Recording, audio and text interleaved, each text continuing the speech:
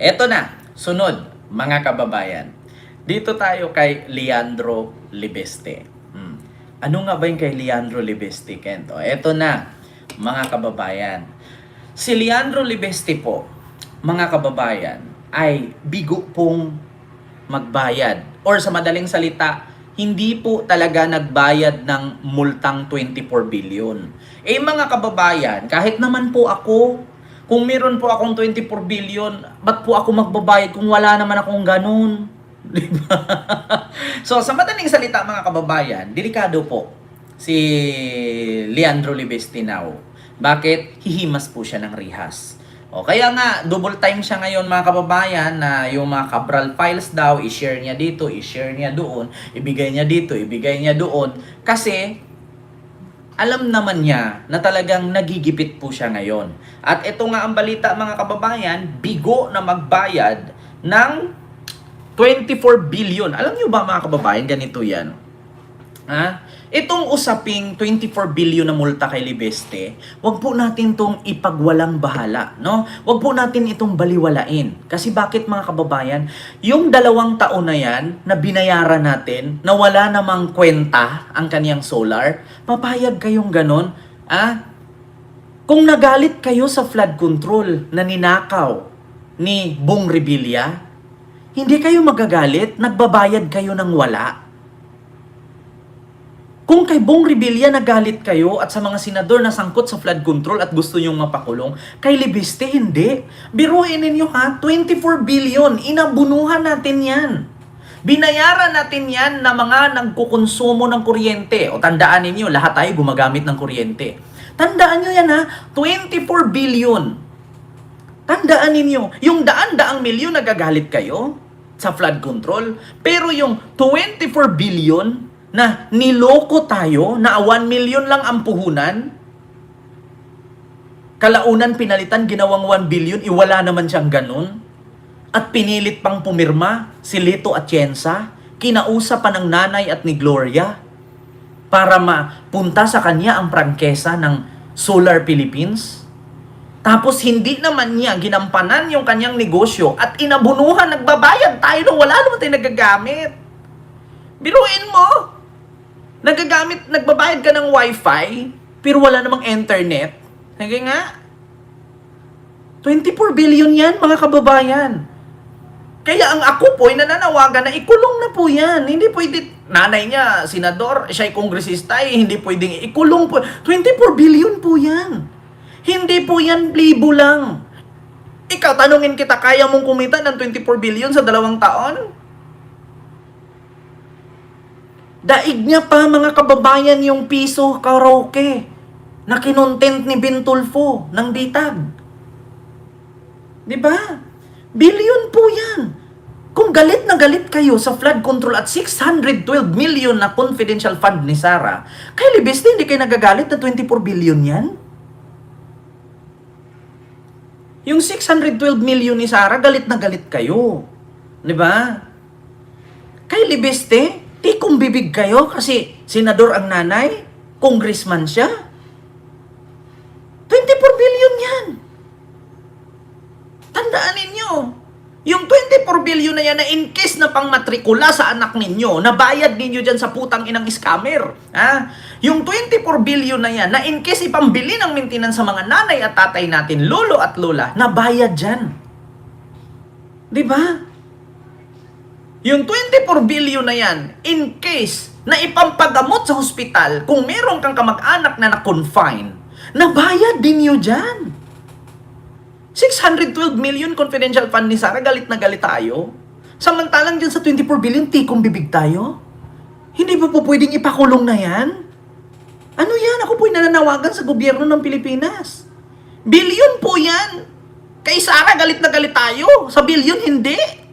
Ano yun? Porket B? Diba? Tignan ninyo, mga kababayan. Pakinggan ninyo. Ano ang aksyon ng Department of Energy kaugnay ng di pagbabayad ng multa ng kumpanyang pagmamay-ari ni Congressman Libiste? Dapat kinulong na yan eh.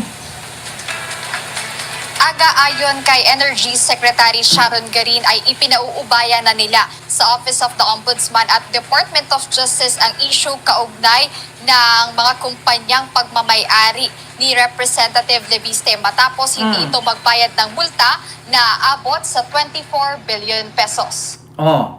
Ngayon, kung sabihin ninyo ang multa na 24 billion na yun ay gawa-gawa, eh di sana nag-file siya ng complaint, kinasuhan niya ang DOE or Department of Energy. 24 billion yan. Tandaan nyo, 24 billion yan. Kay Sara nga, galit na galit tayo, 125 million in 11 days.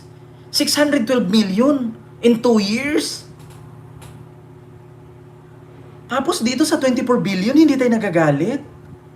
Doon sa flood control, na 1 billion, 2 billion, galit na galit tayo. Itong 24 billion, ano, tatahimik na lang tayo? Yung 51 billion nga ni Pulong, di ba? Hanggang ngayon, tahimik lang. Di ba? Kailangan yan ikulong na agad. 24 billion yan. Kung hindi niya bayaran, ikulong. Kung makapagbayad, palayain. Ganun lang naman kasimple eh. Alam niyo, sa totoo lang, kriminal po ang tawag sa ganyan. Sa probinsya nga, kapag yung tanim ng kapitbahay mo, ipakain mo sa hayop na alaga mong kalabaw o kambing, baka, kriminal na ang kaso mo. Yan pa kaya ilang libong Pilipino, ilang pamilyang Pilipino, milyon na pamilyang Pilipino ang nabudol dyan. Sa pangako ng kuryente na 2 years namang walang serbisyo, pero pinagbabayad tayo. Ako, minado ako. Sa loob ng ilang taon akong independent na namumuhay. Ilang beses ako nagbayad ng kuryente, my God. Tapos ganun-ganun na lang. May bill po ako sa kuryente nakapangalan sa akin. Tapos ganun na lang. Diba? Dapat yan, kinulong na yan eh.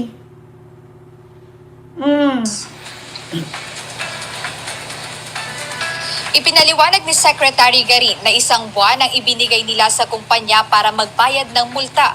Ngunit hindi tumugon ang Solar Philippines o ang kumpanyang pagmamay-ari ni Batangas 1st District Representative Leandro Legarda Leviste. Diba? Magugunit ang kinansela ng Department of Energy ang mga kontrata kasama ang nasabing kumpanya dahil sa pagiging non-compliant o hindi pagde-deliver ng solar energy na nakatakda ng idagdag sa grid noong December 25, 2025. Ayon sa kalihim, long overdue na ang obligasyong ito mula pa nang maglabas sila ng termination at demand letter. Hindi pinag-iinitan ng pamahalaan ang kumpanya ng mambabatas. Paano pag-iinitan yan? 2 taon We kang hindi terminate the nag-comply. contracts that are not moving. And unfortunately, many of those are under Solar Philippines. So it's not like pinlano to na ngayon lang.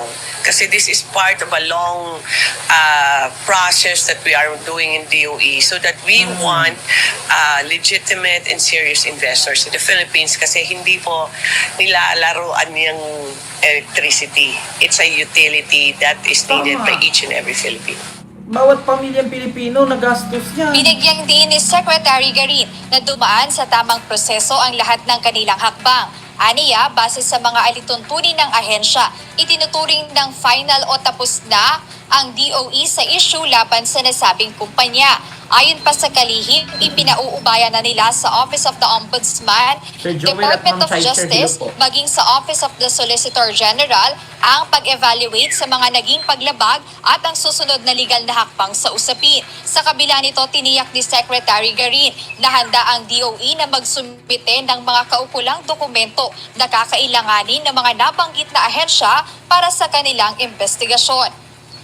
Aga idinagdag kanina ni Secretary Sharon Garin na maraming iba pang mga kontrata na kinansela ang Ma'am DOE Brenda, hello po. bukod dito sa Solar Philippines na pagmamay-ari ni Representative Leviste kung saan hindi aniya ito lamang yung kanilang kinansela dahil matagal na itong proseso ng DOE at sinabi rin ni Secretary Garin na kailangan dumaan sa proseso para matiyak na yung mga legit investors na makakapag-deliver para sa bansa. Ayan muna update mula rito sa Taguig City. Balik sa inyo aga.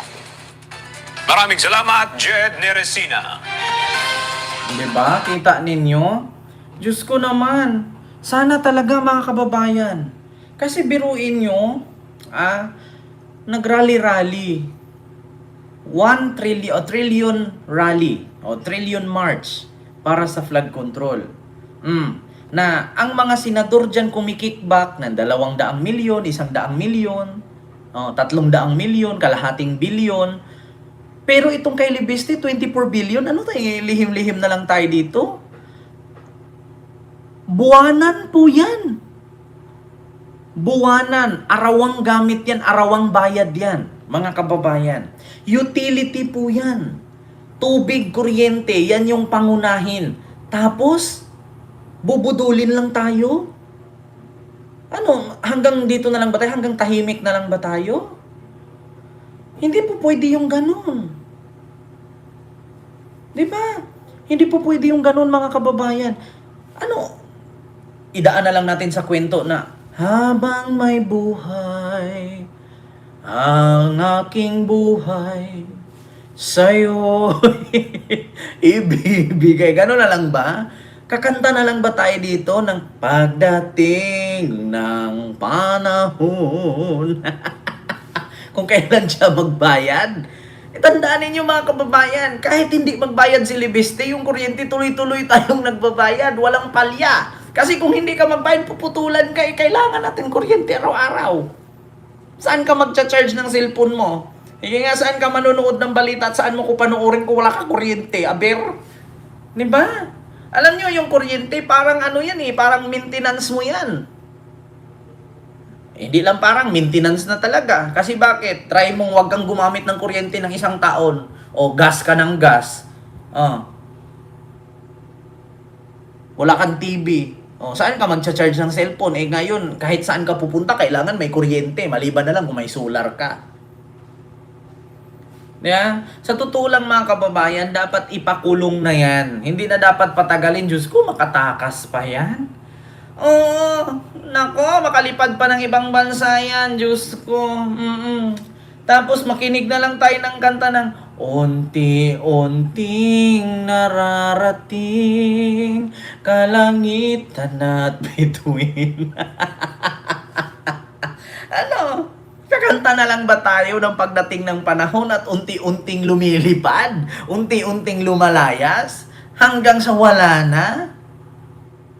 Okay lang sana kung may electric pan ngayon na di padyak habang natutulog ka nagpapadyak ka ganyan na umiikot yung electric pan paano ka naman nun iikot kung tulog ka na nga? Sige nga, hindi naman tayo robot na pikit yung katawan mo, yung paa mo nagsisipa-sipa ganun. Paano ka makatulog nun? Okay lang sana kung ang harapan mo malakas ang hangin tapos yung electric pan iikot lang siya ng iikot. Nag-electric pan ka pa kung malakas din naman yung hangin. Diba? Okay lang sana kung may solar ka na sing laki ng yung bubong mo. Para bilad mo lang dyan. May ilaw ka, may electric pan ka, may pang-charge ka. Diyan? Alam nyo, sa totoo lang mga kababayan, tubig, kuryente, wifi, yan talaga ay gamit na gamit ng tao. Tubig, kuryente, bigas. Diba? Tapos bubudulin ka. Not only for kuryente mga kababayan, kahit sa bigas, nabudol tayo. Bakit? Biruin ninyo yung mga manufacturer, yung mga dealer ng bigas, ang mga pangalan nakalagay doon ng mga CEO, samantalang driver lang naman ng jeep. Yung isa nga, housewife lang. Paano nangyari yun na may mga bigas na ang mga nagmamay-ari, bilyon-bilyon ang halaga, tapos yung may-ari ng palabigasan, driver lang ng jeep.